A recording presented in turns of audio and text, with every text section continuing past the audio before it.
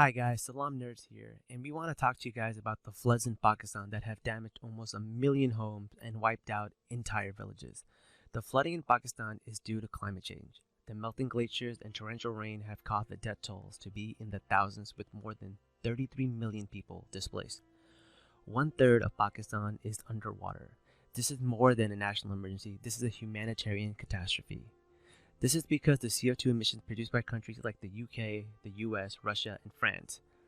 Pakistan does not have the infrastructure to withstand this devastation. Even though Pakistan is one of the lowest producers of GHG at 1%, it is one of the top 5 worst affected by climate change.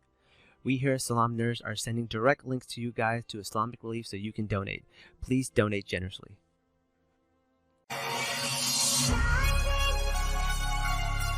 Welcome to Salaam Nerds Podcast.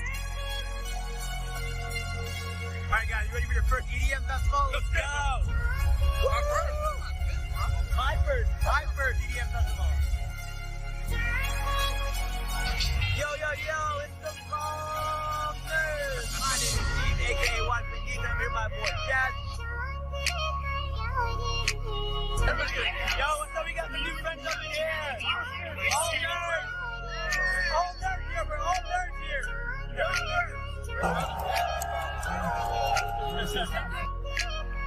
Thank you to our supporters. Please like, comment, share, and subscribe. Yo, Salaam Nerds! It's your boy Neebz, aka Watch with Neebz, and I'm here with my co-host Jazz, aka the Curry Bear. Oh my god, you're doing this, aren't you? I am, guys. I don't want to make fun of Jazz, but the poor guy. So the reason we did not do an episode this week, I know you guys have missed us on Thursday, but look at Jazz. Look what happened to the poor guy. I know. He's got an eye patch. It was stupid. I went swimming with my contacts in, didn't take them out, and then. Oh, bro, yeah. you gotta get LASIK, bro. You gotta get LASIK. I do. Best decision I ever made in my life. Best decision. But look, the reason I called you Curry Bear is back in college, I used to have a comic strip. Well, my friends and I used to have a comic strip. And the bear in the comic strip looked just like you right now. He was called the Curry Bear. And this is what he looked like. Watch, I'm about to show it to you guys. Tell me that does not look like Jazz right now. You know what? Let me see if I can make us another account. What? No. This might be my thing. The Curry Bear? No, man. Yes. I think we sold it back in the day, back when me and my friends had that blog. We sold it. It doesn't exist anymore. We don't have rip. it. Yeah. But it's good, man. How you been, Jazz? Tell us what's going on. Bro, this week sucked. Yeah, that's all I'm gonna say about it. I lost my eyesight, couldn't drive, couldn't go anywhere. It sucked. Oh man, well I had a great weekend. I went to Firefly Festival in Delaware, and that was really cool. I got to see My Chemical Romance, All Time Low, Avril Lavigne, Weezer. It was really cool, and Big Sean. So it was really, really cool. So you went to your second concert finally. Yeah, actually I lied. I did not see Big Sean. Big Sean was there, but he did not perform. I don't know what happened. So that was kind of weird. I know. Oh, but it was cool. Yeah, let's get right into it, man. Let's introduce our guest now. Let's introduce our guest, the wonderful Minaz. I know her from TikTok. I know her from, some of the group chats I'm in. She's one of the South Asian creators that, we're talking about Miss Marvel and all the other stuff. Minaz, welcome to our show, and tell us a little bit about yourself. Yes, thank you for having me. Well, I'm Minhas Merkel. I started primarily as a cosplayer, doing cosplay stuff on the internet. Yes. So, and I still do that. So on my Instagram and TikTok, I started off just doing only cosplay stuff. And now I mix it up with talking about books, film, media. I just ramble on and on about it. And that is how I kind of connected with Neebz. And yeah, so if you're interested in cosplay and books and media, my stuff is where you can find it. What's your handle? It's Minhas Morgul, yeah. Oh, just that? Okay. It's just that, yeah. I'm very simple that way. Man, you have a lot of trust in people putting your real name out there on the internet. Right, for real. Especially when you're brown and Muslim. That scares the crap out of me. Yeah, well, don't worry. Morgul is not my real name. And Minhas is my last name. So Minhas is quite common amongst That's Punjabi people. So if you Google, even if you Google my name and location, I'm sure some people are really good at doxing. I'm sure there's a way to find me, but if you generally Google Minhas and like where I'm from, a lot of people will pop up. Good. We want to make sure everybody's protected. We don't want to set anyone up. It's happened in the past. We got to be careful. But yeah, thank you so much for joining us, man. We're gonna have a good time. We're really excited to have you. It's going to be fun because we're going to a galaxy far, far away, a long, long time ago, right? So, I dressed up for the occasion. Here's my stormtrooper shirt. Oh, Yeah. That's awesome. You can't really Love see it. it, but except for Love when it. I'm standing. But I'm here. You're gonna have to do the whole podcast standing now. not my face, just my shirt. That's it. Exactly. We should do that, Jazz. One episode, standing podcast only.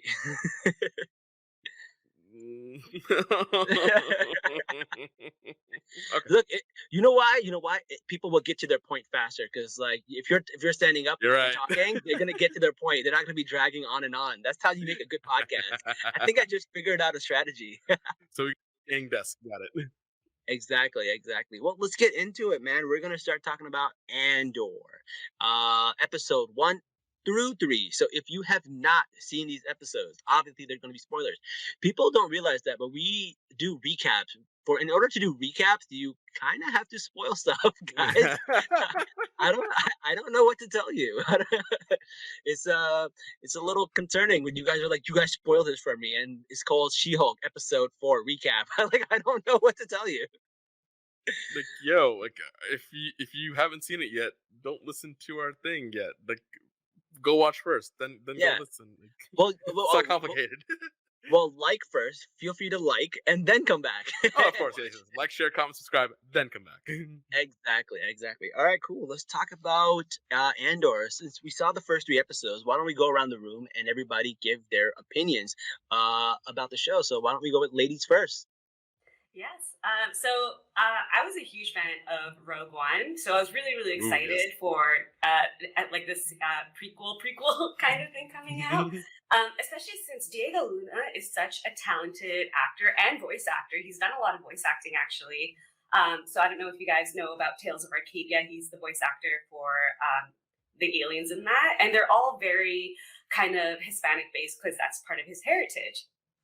And the reason why, in my opinion anyways, Rogue One is one of the best Star Wars series movies is because it really is about the war, the people in the war. The rest of it definitely does feel fantastical, and Star Wars is great for that, but this really puts, as I say, put the wars in Star Wars.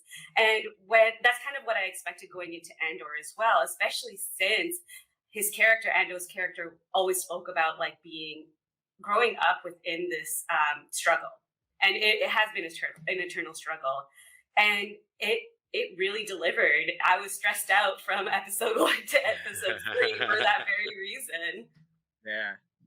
No, that's a great point. It does put the war in Star Wars. We have this like fantastical neo-noir fascist with ACAB commentary. Like it's a lot of stuff happening, and it's really, really cool. And I'm really excited to be a part of it. What about you, Jazz? So, I know some people have been complaining that it's slow or the pacing is off. I will completely disagree because you can't look at this as 3 separate episodes. You have to look at this as one Movie. one movie, right?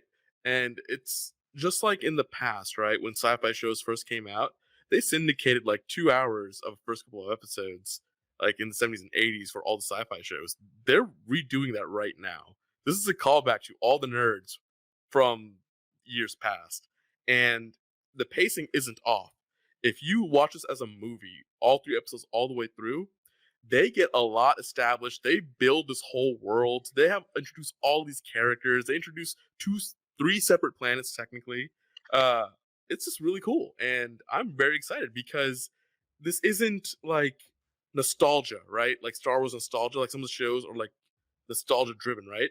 This is very anti that. This is a whole new world, and it's great, and I love it. I agree.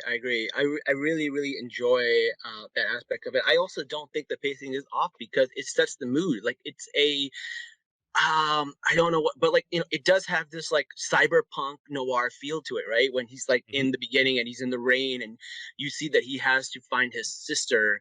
But there's also this murder that happens. Like it's so small and sudden, and it builds up the tension. And if you're in a I don't know, like a Mandalorian or I don't know, like Clone Wars kind of show, there's no tension there because everything is happening all the time and it's happening so fast and there's so many storylines being driven. Whereas this is not. We're following one character, find out what he's doing, find out where the tension is coming from. Then we go to his backstory and find out where he's coming from there. So it's really, really interesting. Let's talk about the murder.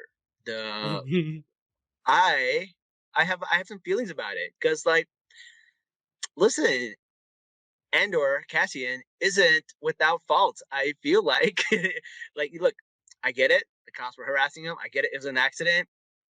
But the other guy, that's That that. was merciless. It was, but it's also not surprising because in Rogue One, he already is at. I mean, I guess this is after Rogue One's after, but he often mentions you have to do what you have to do to survive, and that was a big theme for that character in Rogue One. And Yeah. he's like, these are the costs. You can't mourn these lives because your survival has to be put first. So in Rogue One, he's fighting for a bigger cause than himself. So it's easier for us to kind of forgive that because that's no war, but it's harder to digest when it's on a smaller level. But I think the same kind of mentality is put into that.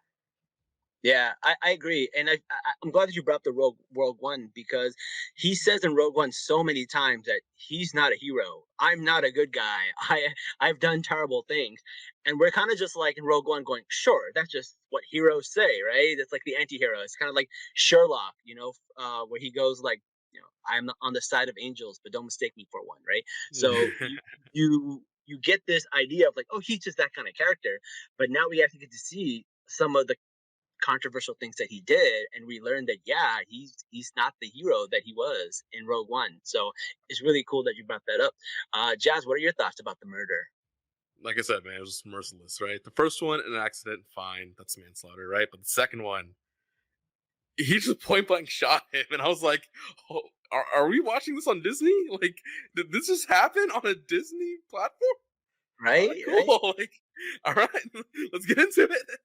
It- Also, sorry, if you don't mind, I also think that what is important to note is before he did shoot him point blank, he didn't just immediately do it. The cop was like, we'll go in together, and I'll explain that it's fine. So I think this is a very important scene because it really sets up the kind of military world that's going on here. And he's in the defensive, he's trying to save his life. But I think everyone watching this show, especially if you're a person of color, knows it's not going to be fine. It's not going to be fine if they brought him in and said it was an accident.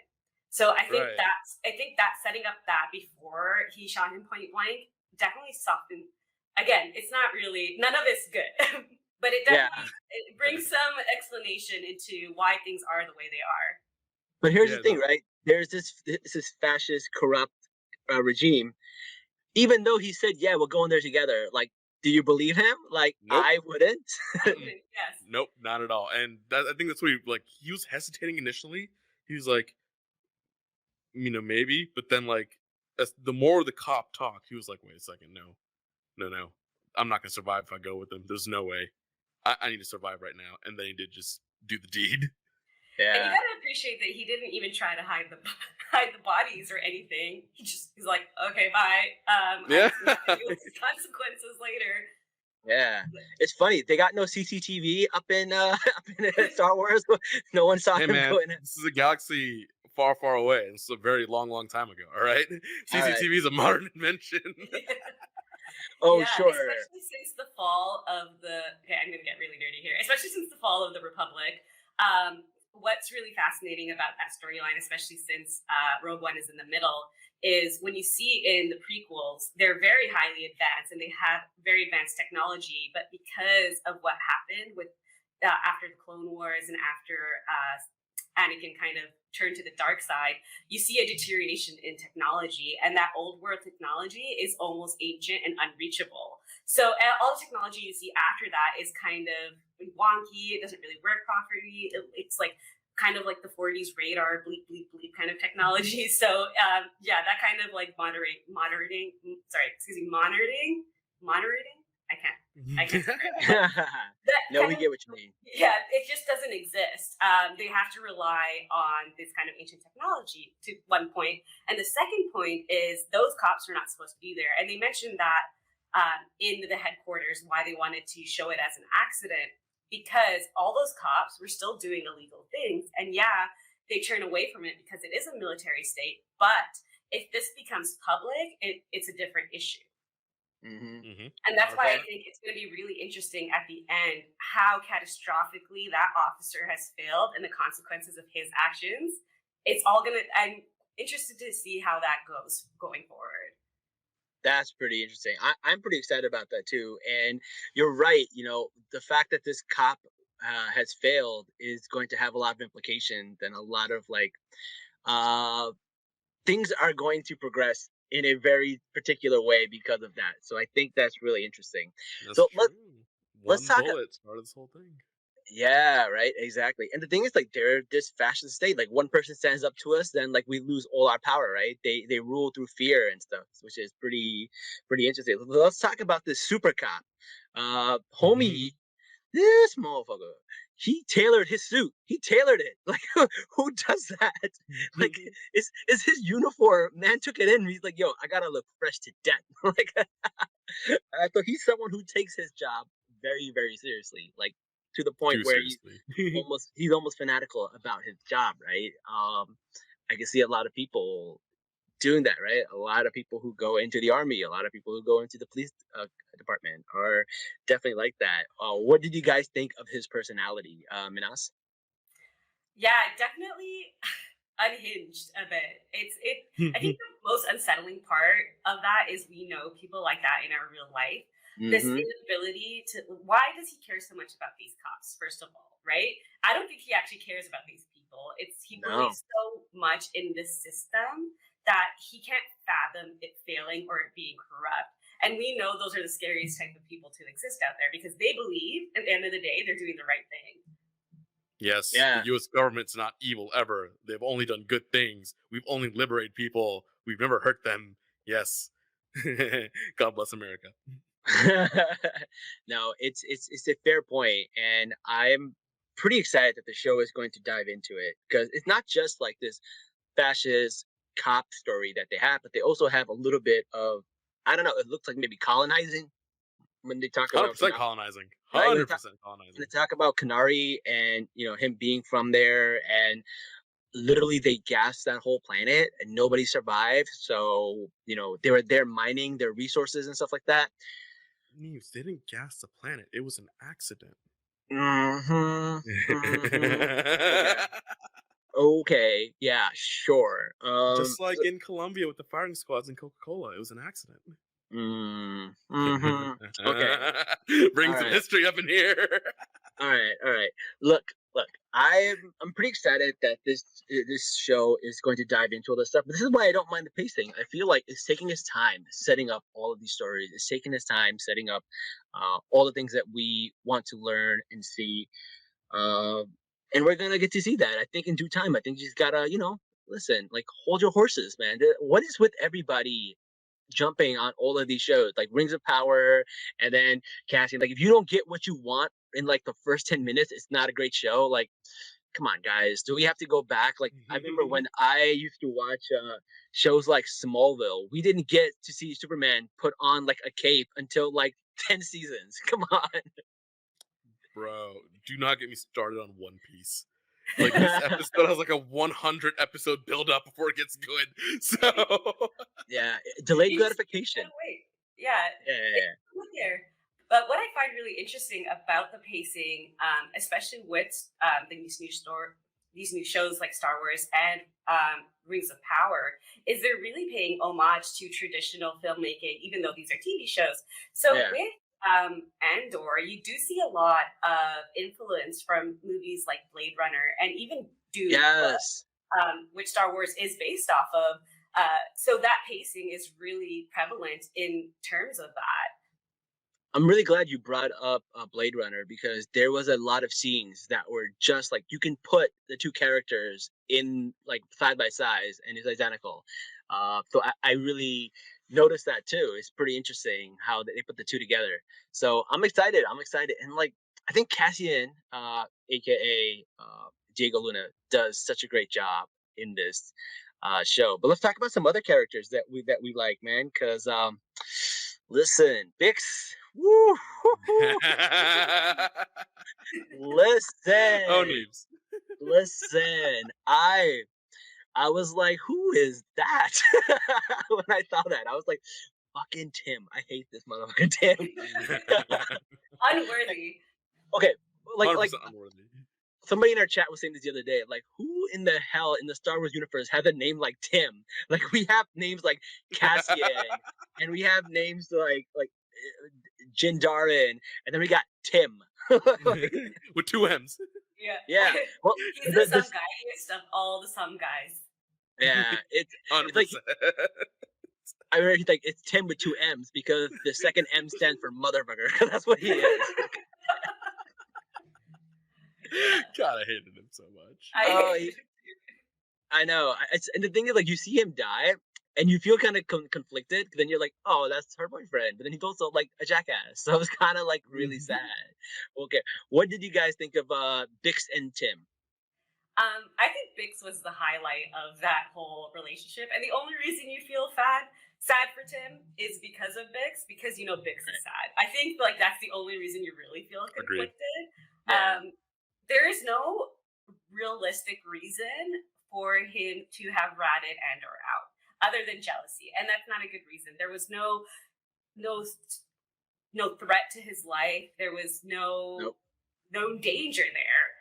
He just didn't like the way that they were talking to each other, and I'll admit they were pretty close together when he's like, you know, if Andor was that close to me, I might have fainted. You know, like just like There's definitely some history implied there. Yeah, I think so. Not to get into the shipping wars, but I mean, when you put like two people who look like that together, there's obviously got to be something going on there. So obviously, right? Two hot people just can't be friends. Yeah. Also, she mentioned like, oh, she was like, did you end up with somebody's husband or something like that? I forgot what she said, but she was like, when he thought he was in trouble, he was like, oh, somebody, some guy's wife. Did you mess with her? Right. So the guy's a player, and it's probably didn't work out for that reason. So we'll see. I'm pretty excited, but I am glad that she's going to be in the show because she is very nice. Is she even every episode? Like, I actually haven't looked up. I don't know, but she'll be in my dreams for the next few days. How did you guys feel about Aunt Petunia's character? He played Andor's mom. Oh yeah, so let's talk about that because I have that on my notes too. And you know, she is homegirl is pulling an Angelina Jolie, just like grabbing babies off of random planets and like taking them as her own. I don't know how I feel about that. How did you feel about that? So when we first talked about it and somebody mentioned that, I had only watched the first 2 episodes, so I was anticipating that she was going to take him. Yeah. But after I saw the scene, so I know there was some hesitation about that because, you know, you shouldn't just be like taking children. But after I saw the scene, I was conflicted because, yeah, you shouldn't just be taking children. But I think that character was very well in tune of what was going to happen to the people of the planet. You know, because they did kill an officer, and she even said that they're going to kill everybody here, and I can't leave them to die. And she can't save everybody on the planet, but she was exactly within range to save this child. So you're a bit more understanding, and her husband did get hanged for it too. So again, it is such that's why I love this show, because the morals don't even play here. No one can be good. Yeah, there is no good. No. It's only trying your best. That's like all you can do. That's true. All right. So you know who else I really liked? I like Brasso. Brasso was the homie that he came up with, and he's like, "Hey, I need an alibi," and then he's like, "Yeah," and then he improves on his alibi. Like that's a real friend. Jazz. What do you think of that? That's like shit you and I would do. Like I know. I would cover for Jazz. right. It's like Like when I saw that, I'm like, huh, okay, all right, this is a true homie right here. So I feel like it's probably happened. It was like, oh, where's Jazz? Is he on a date? I'm like, no, Jazz is an upstanding citizen, and he is probably praying somewhere. That's where Jazz is. is that what you did at this now? That may have been. I feel like people have been asking about you. Where's Jazz, guys? Why is he not here? Jazz is doing some jazz stuff, man. Jazz stuff. Oh man. I hope we I get already have a reputation, my guy. Don't make it worse. No, I'm just kidding. Listen, I did like Brazo. I hope we get to see more of him. You know what I really like? The scene where you see him, there's this cool little cinematic scene where you see all of the gloves on the wall and like all different colors. And like for some reason that just stood out to me, like so cool. And it's like these regular people who work in these factories or doing regular jobs with these like little Star Wars-esque gloves. I thought it was cool and kind of like brings you down and kind of grounds you into what you're watching. You're not watching this big mystical story of like the Force and like space wizards and like elite politicians. This is like ground level stuff that's happening to people day to day.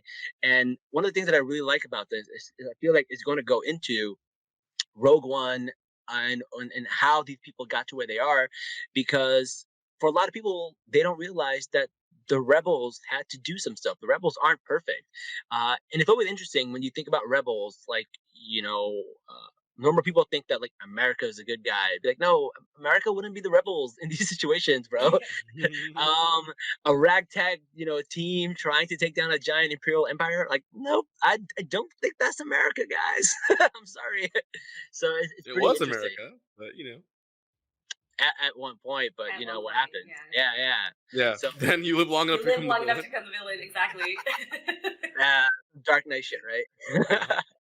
Now, it's So- interesting that you brought up the whole this isn't Star Wars, this isn't space wizards and politicians, right? Mhm. I find that interesting because like Diego Luna's character here, right, casting Andor, he doesn't want to be a rebel. He wants to just live life, pay back his debts, and just be, right?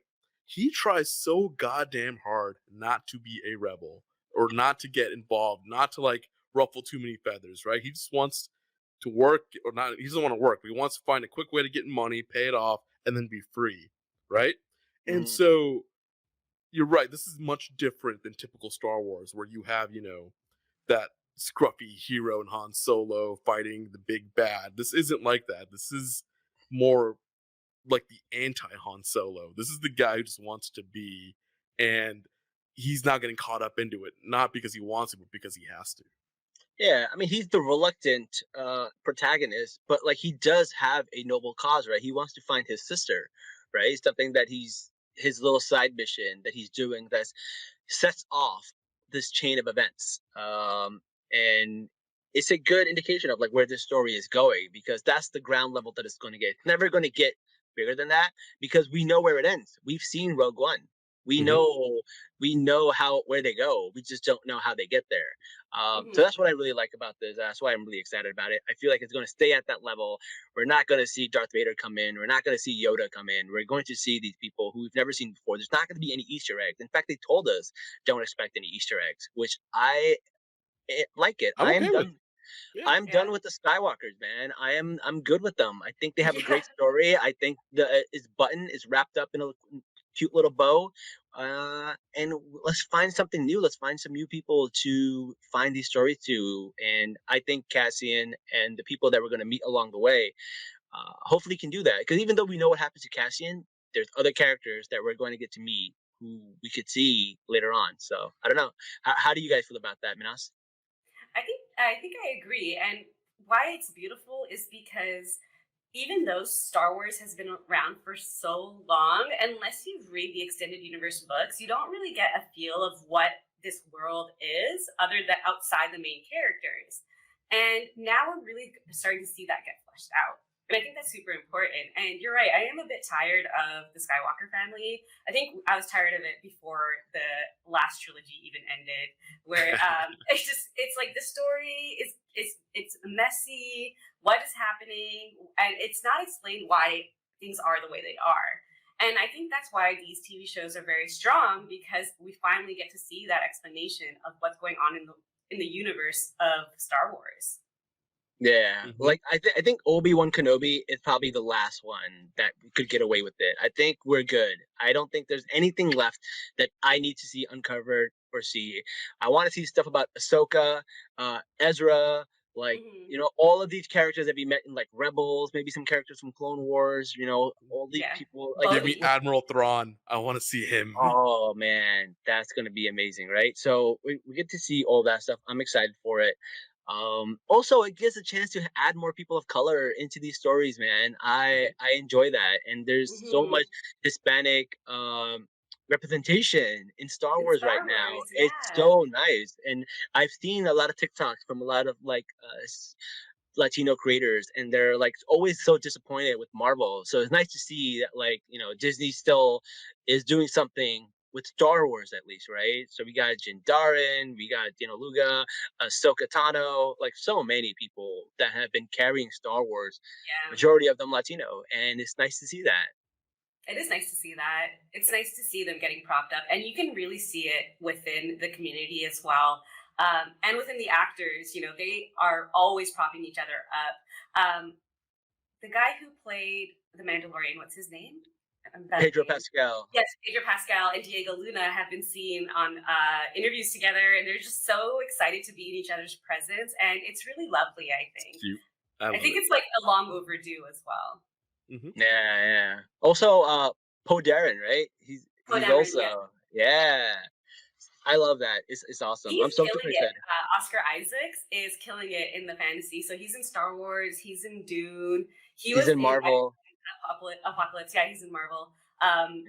As Moon Knight, and he's killing it, and I'm really stoked for him. I think it's worthy because he's been in the game for a really long time. I remember he was in Sucker Punch as this kind of side character. Yeah. You can almost not recognize him, and you're like, wow, this guy has come a long way from those days. Even Diego Luna has been acting for a really long time too. A lot of people don't know that. His IMDb credits are pretty full. Yeah. Diego Luna reminds me a little bit of. Oh yeah, big Puerto Rican, right? Yeah. Diego Luna reminds me of Arthur Duvall from Doctor Who. He kind of looks like Rory, but a little different. So I always look at him like that, and it always throws me off always. But I feel like after this guy should go on Doctor Who. I would love to see him on that show. Yeah, that'd be really cool. Want to see him being happy for a little bit, you can watch him in Teenage Dream, Katy Perry's music video, where he's in love with Katy Perry, and it's so lovely until the end where it's less lovely, but there is a moment where he's happy. Oh my god, poor guy, man. I didn't know that. Yeah. That's interesting. Yeah, definitely check it out. Wow. Okay. All right. What about the dealer? How do you guys feel about the dealer? He shows up at the end. He doesn't care about the buyer. part. Yeah. The buyer. He comes in and he's trying to recruit our homie. What do you think is going to happen there, Jazz? Bro, just like any other good story, right? Got caught up in the wrong place at the wrong time, and now you're a rebel. I think it's going to take a little bit longer. I don't think it's going to happen that quickly. What about you, Minaz? Do you think it's going to take a while, or do you think that he's going to start joining the cause? I don't think he'll join the cause right away, but I don't think it'll take that long either. I think there's going to be a middle ground in between it. I think there's going to be a lot of discovery of what's going on with the rebels, and a lot of you need to help me find my sister first. Maybe I scratch your back, you scratch mine, kind of thing. But yeah, so he's played by Skarsgård. He's also a renowned actor. He was in Pirates of the Caribbean, playing Will Turner's dad, also Will Turner. Yeah. And he's Bill Skarsgård's dad. So there's a lot of history. I think he's a good actor, so I have a lot of faith in what he can do with the character. Oh, me too. He is definitely a great actor. So I'm really excited to see him bring some dignity and some gravitas to this show and this role. So I'm pretty excited about that. Yeah, because the rebels are usually just scattered here, there, whatever. But he's bringing presents to the stage. Like, yo, Man. what do you want to do? You want submission? Let's go on submission. Let's go get it done. Like, he brings presents, and I'm excited about that. I want to go ahead. No, I'm just thinking about the Rebels in terms of like how it was in the last of the trilogy and how they were so messed, like they couldn't even like scrap together a crew. But also by the time like before there was like in between time where the Rebels were in charge, and it seemed like they weren't that great as in power either. In like the Mandalorian, it seemed like they were kind of like just as bad as the Empire from what it looked like in terms of their like security and whatnot. Yeah, I agree. The other thing that you just sparked in me right now is like, the Rebels weren't so clean and squeaky clean. They did a lot of bad stuff, and I feel like we don't get to see enough of that. We hear about it. We hear about like all the stuff that they've done. Like, who is the guy that Forrest Whitaker plays? Saw Gerrera, right? Did you say Che? I did, Che, because Gerrera, right? That's what he's like based off of. Sagar, yes. Yeah. But I feel like they know they did a lot of bad stuff, but they never go into it because like Saw Gerrera apparently had done terrible stuff, war crimes, right? Exactly. And he's part of the Rebels, so the Rebels are not squeaky clean either. They're also pretty bad, and I'm excited to see like what are these bad things that they have done because they talk around this, but we never get to see it. And I wonder if they'll even set it up because it's very tricky territory. Because you want to cheer for the Rebels, and you can't do that if they're bad. So they're gonna have to find a way to justify their actions, right? You can already see that happening within the first 3 episodes of Andor, but it's tricky. It's tricky territory. It's kind of like how Captain America is supposed to be the all good, but to save Vision, he let a lot of Wakandans die. It's like. And they still set him up to be the hero, but it's like, what are you doing here? Yeah, I agree.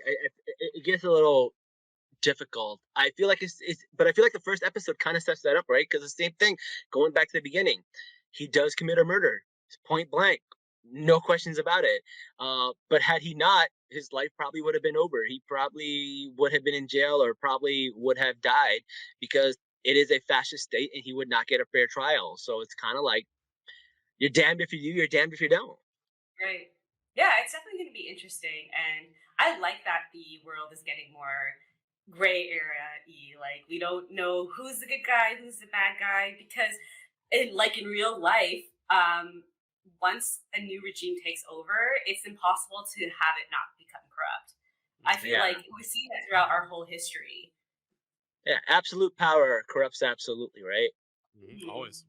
Yeah. So let's talk about the big scene at the end, the fight with the clanging, and they're giving each other like these signals, and then they start fighting back. This like group of cops, a little SWAT team, as you see it, and they put up a fight. Of them. Yeah. What did you think of that, Minas? How was that scene? That was so haunting and so lovely to see them come together as a community. I mean, it is lovely in its own way because in real life, it takes a lot for a community to come together and rebel against authorities. And we're seeing a lot more, again, in real life, there's a lot of real life parallels here. There's very serious things going on with America and the police brutality and the killings and the protests going on with that. Very serious things going on in Iran. So it takes a lot to bring a community together. So when you see that you have secret signals within a community already established, you kind of already see the world building going on there, knowing that they're prepared. They were prepared for the military to come in and screw them over. And they're looking out for each other because a community is stronger than a single individual, and they know that. And I think that's their biggest strength. And I'm sorry, I don't know her name. I'm going to keep calling her Aunt Petunia because that's how I know her. Marva. Yes, Marva. So she was like, when the clanging stops, then you should be afraid. And when you say that, you'll feel afraid. Yes, that guy's scared because he doesn't know what's going to happen. But the other character who didn't hear that character say that, Marva say that, he was still frightened because he knew something was going to happen. And it was so well put together. I thought, like, I'm like, who choreographed this? It's so beautiful. It was a cinematic masterpiece. It was really, really great. And I love some of these scenes that they put in there that have so much resonance to it, right? Because we see this one cop shoot somebody a little early. He's trigger happy. And then you see the black cop take the gun away from him and tell him to go, right? So you even see, like, within the faction of the police, there's like not an agreement. There's like a little bit of like, yo, there is overstepping here, right? And there are some people who maybe, have second thoughts about how this is being done. So I thought that was really interesting. And the way, like, I forgot the main cop, but the one who got his like clothes tailored and stuff, like he was asked to be almost like a figurehead and give speeches, and they were turning him into this like, symbol of what they thought this little faction or fraternity of cops were supposed to represent. I thought that was all really interesting. Yeah, especially giving him authority, which I'm sure a lot of people knew he didn't have.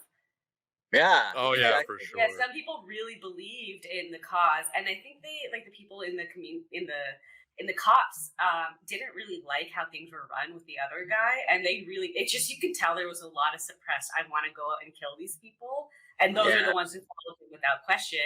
Whereas the ones who were in the security, they're kind of like, yeah, we're gonna take our time with like finding this guy. Like, this guy's like off his rocker. Yeah. I think the first guy who is like, I don't know, the police chief or whatever he is, he's like, hey, this is going to cause civil unrest. These cops weren't that great anyways. We're going to let this slide. And this guy is like, no, how dare they do this to a police officer? We should have respect, right? It's like, you talk back to a police officer, even in real life, they'll catch an attitude. That's enough to set them off. They're ready to put you away. If you catch the wrong one on the wrong day, right? So it's one of those situations where, like, yeah, it resonates in real life. And I think that's pretty interesting. Chief Inspector Hine, he knew what he was saying. And then Karn and Mosk were like, no, let's go get him. Yeah, it's really interesting. And, like, he gets caught, and then they let him live. What do you think is going to happen from that, Chaz? Do you think any kind of sympathy or anything that's going to come from him letting him live, or was that they should have killed him? So, one, they should have killed him, right? But I don't know. This can go any which way, because I know you mentioned Saw Gerrera. I know for a fact he's going to be in this show. Oh, you do? I didn't know that. I actually do know that. Oh, you didn't know that? No, I didn't know that. Oh, did I spoil something? Whoops. You might have, because I don't even know if that's true, because they said there's going to be no Easter eggs in the show. There's going to be no appearances. Oh, well. Maybe Saw Gerrera will show up. Yeah, I don't know if your source is right, but we'll see. Yeah, well, this wasn't a source. This is just like me, thinking about the story and storyline, how it progresses. Oh, and gotcha. So, yeah, this is not exactly somebody telling me anything. The source is me. The source is me. Yes, you heard it here first. I am making shit up. No. Your sources, trust me, bro. I mean, look, with the cops, anything can happen, right? I don't know what's going to happen within the Empire. Clearly, Chief Inspector Hine did not want this to happen, and clearly Mosk and Karn did. So you have two complete opposite ends of the spectrum here. Anything can happen in between, right? So I don't know where the cop side of it's going to go. I think the only reason they let him live too is just plot armor, because there's no real reason for them. Yeah, fair. Especially since he killed the first cop in the beginning.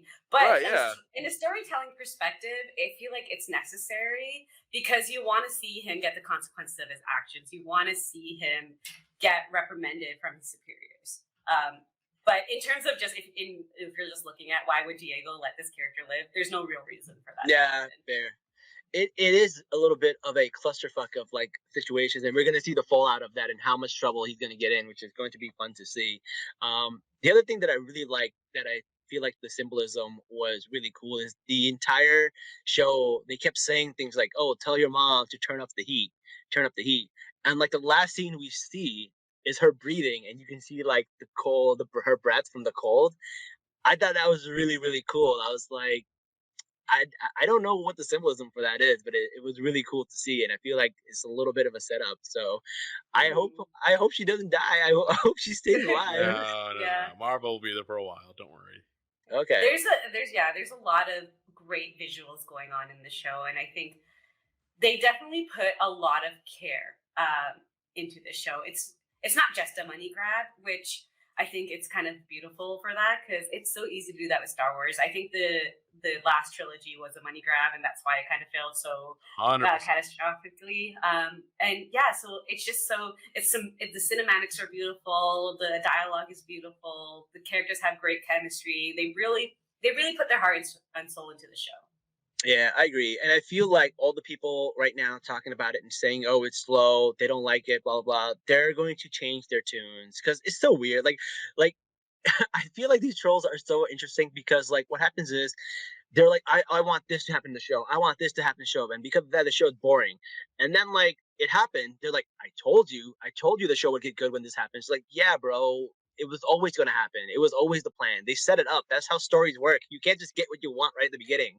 Mm-hmm. Yeah. Oh man. It's like the TikTok effect, I guess. It's like you need instant gratification. It's kind of like to the detriment. Yeah, sorry, go ahead. Yeah. Out there, or you need content, right? It's like, hey, some of these people don't even mean what they say. They just want to rage farm some of these views and clicks and stuff like that. I feel like if we did that, we would get a lot more people. So I'm just gonna start saying all types of bullshit now. There's no such thing as bad publicity. I need the views. I need the views. My gosh. No, but you're right. It almost makes me feel hesitant to say negative things about like certain characters.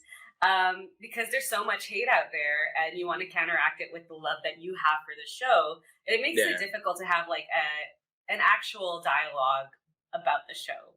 But yeah, there's so many positive things, but there are negative things, and I wish we could talk about them nicely. I just love the people who are like, Star Wars is too political. Like, Star Wars, sir? Star Wars is too political? Star Wars is too political? What's the second word in Star Wars? Tell me what that word is. What comes after star, sir? Tell me what comes after star. Oh my god! Did they miss the entire allegory of the first? I guess episodes 4, 5, and 6. Like, oh man, it's so funny to me. These people are hilarious. Yeah, I feel like people. I don't know why it's so difficult to for them to see what these are allegories for. There was a very beautiful quote on the internet where it's like these people think Rage Against the Machine meant thought the machine was their mom. I feel like the same way when they feel about like these allegories. It's like, no, it's not a real allegory for oppression. It's just like like small. They don't see it. Oh my god, they can't see it. That's so funny. Oh man. Well, listen, we're almost at the top of the hour. Thank you so much for coming on the show. Tell people where they can find you, Minhas. And thanks for having me. Yeah, you can find me on TikTok and Instagram primarily at Minhas Morgul. Awesome. Well, everybody, please check her out. Check out her cosplay. Check out her TikToks. I'm really excited that you were on the podcast, and we definitely got to have you back. There's tons of more episodes, so we'll have you back. Also, stick around for She-Hulk, because we'll be doing a She-Hulk episode soon. So if you got the time, we would love to hear you talk about our favorite lawyer. Yeah, I'd love to do that. All right, guys. Well, thank you everybody for joining us, and until next time, guys, Salaam. Actually, you know what? No, there is something I do want to say. Jazz, since we are talking about fascist regimes, maybe I really feel like we should give a little... which one do you want to go? Do you want to do Iran? Do you want to do India? Do you want to do Saudi Arabia? Do you want to do what's going on like in Yemen? Do you want to do Russia? Do you want to do Ukraine? I know, it's bad. It's bad out here. Let's Iran, man. Jazz, we want to give our thoughts and prayers to all the women in Iran. I feel like that's something that we have to talk about for just a second. Guys, okay, first of all, this is a message to all Muslim men out there. Take a seat. Raise Muslim women's voices, especially women in Iran. You don't have to be the center of everything. You don't need your voices in everything. Find some women that you agree with and raise their voices and highlight them. You don't have to be up there giving your opinion about how you feel about hijab burnings and all that stuff. We don't need your opinions. I don't think they bring value to the people of Iran at this moment. Hard agree. Yep. Mhm. All right. Well, that being said, that's all I have for you guys for this week. And until next time, guys, Salaam nerds. Peace. A bientôt.